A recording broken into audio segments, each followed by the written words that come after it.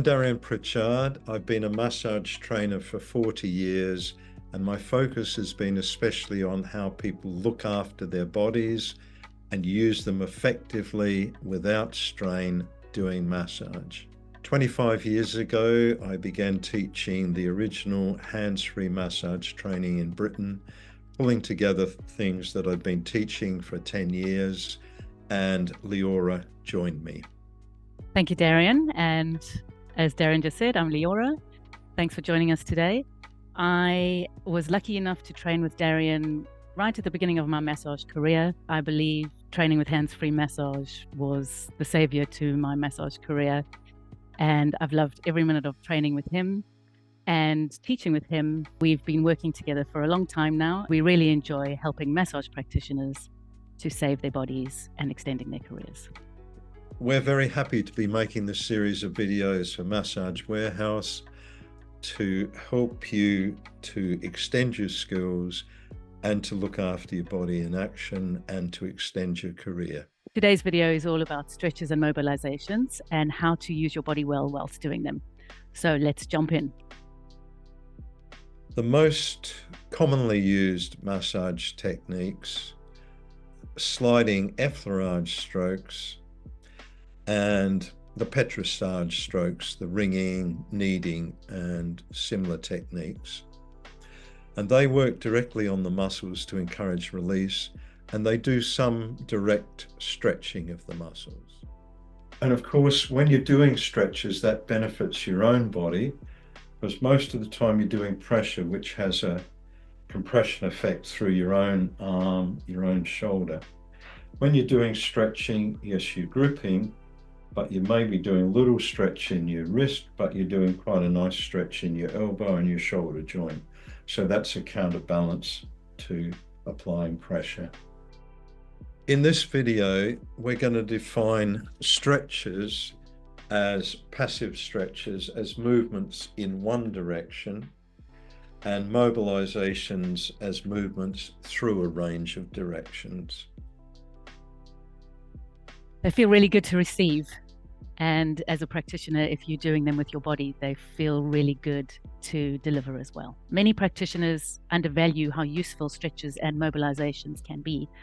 They enhance the release that can be achieved through other massage techniques. They can range from stretching across a single joint to stretching a limb and indeed the whole body. As Leora said, doing stretches, doing mobilizations can benefit the practitioner's body. When we're doing pressure techniques in massage, which is a major part of massage, we are compressing joints along our limbs. When you are doing stretching techniques, you are opening out to some extent some of those joints, which is a nice counterbalance. When you're working with stretches and mobilizations, it's really important that your clients trust you and that you can create that trust, because you're going to be moving them into sometimes very vulnerable positions. So if someone isn't very flexible like I am, they can't do that. Just coming up to this point and maybe pushing a little bit, not pushing, gently encouraging a little bit further can feel quite vulnerable for them. So we really need to develop trust. Once we establish that, that will really help your clients to let go and allow the stretching and the mobilizations of the muscles to occur. To help promote this feeling of trust between us and our clients, it's important that we avoid working awkwardly or potentially with strain in our own bodies when we're applying stretches and mobilizations. The feeling of your tightness as you doing the action can be conveyed to the client, and this makes it harder for them to relax as well. In order to create this trust for the client to feel comfortable, firstly, don't make the stretch too strong or too abrupt. So you don't want to grab, in which case they're quite likely to tense against it. You don't want to make it too abrupt, in which case they will also tend to tense against it. So you don't want to suddenly pull. You want to make it gradual and easy so that you can monitor that it's comfortable for the client and or talk to them, check out verbally that's comfortable. But if you go slower and easier, more relaxed in your own body, it's much easier to feel their responses and therefore to adapt what you're doing. So in feeling your way, your idea is that you're coaching or coaxing the client to relax. You're nudging them a little bit. You're not trying to force them because it says in the book they should be able to go through X degrees and you're going to do that to them no matter what. You're going to feel your way and make it comfortable for them, but also a little bit challenging within manageable limits. We want to get into comfortable positions for ourselves so that we can maintain that stretch in a relatively relaxed way for a while. And we don't want to be straining. When you do stretches or mobilizations, do them with your whole body.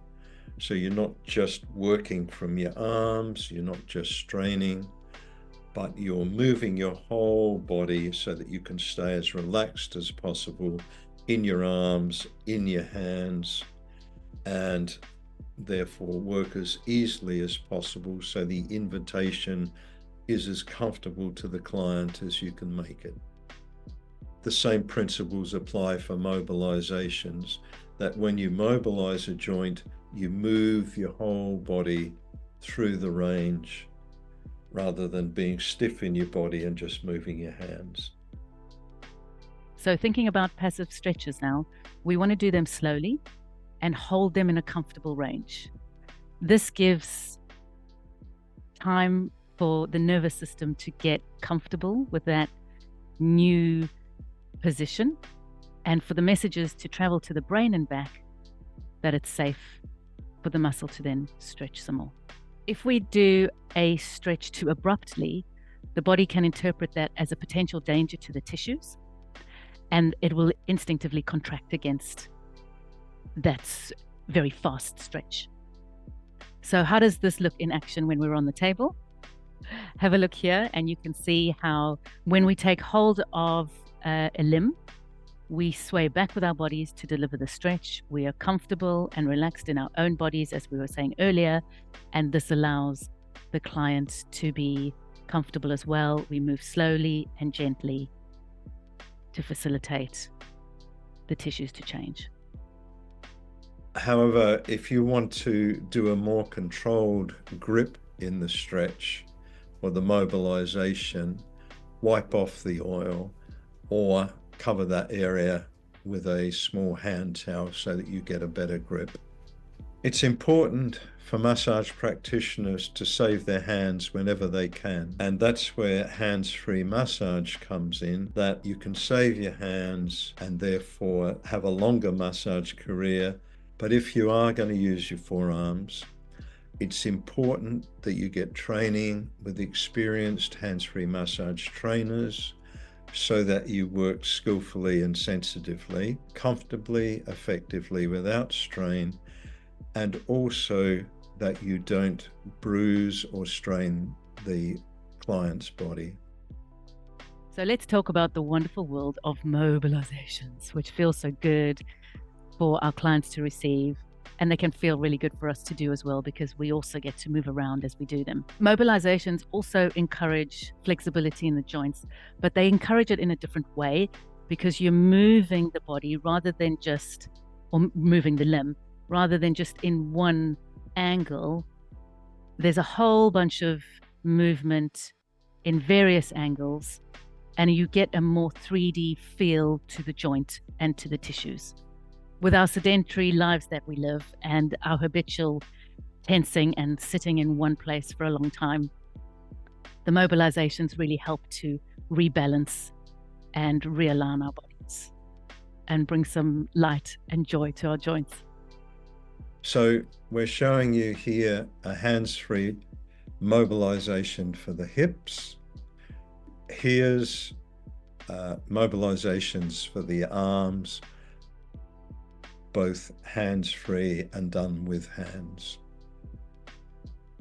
So that's a little bit of insight into moving your body in a beautiful, fluid way to help your clients to be beautifully fluid. I love doing them as well as receiving them. It feels quite great from both sides. What do you think, Darien?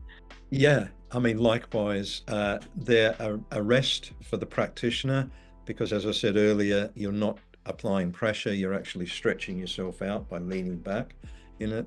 And it's a very different experience for the client in that you're reminding them of their inherent flexibility, particularly as we said earlier, if they have a very sedentary lifestyle, as most of us do. So hopefully that's given you a good taste of the possibilities and will encourage you to try out things yourself, to try out stretches that you've maybe got from doing exercises or doing yoga or other gym exercises, to try out ideas of getting parts of the body moving with the qualities that we've suggested, and also to do training workshops because we've just given you a hint of the range of possibilities that are there in stretches and mobilisations. And whatever you do, do it with a nice skillful sensitivity and a playfulness and a relaxed manner in your body. And then you'll get great results with it. Have fun with it. Good luck.